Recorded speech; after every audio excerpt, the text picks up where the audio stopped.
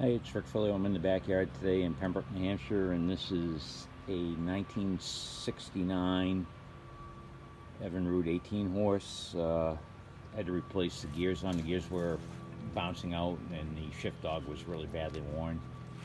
Plus, I had to replace a few seals, and then when I restarted, the carburetor wasn't set right, so I think I finally got that right. Let's see if I can get it restarted, give a quick demo.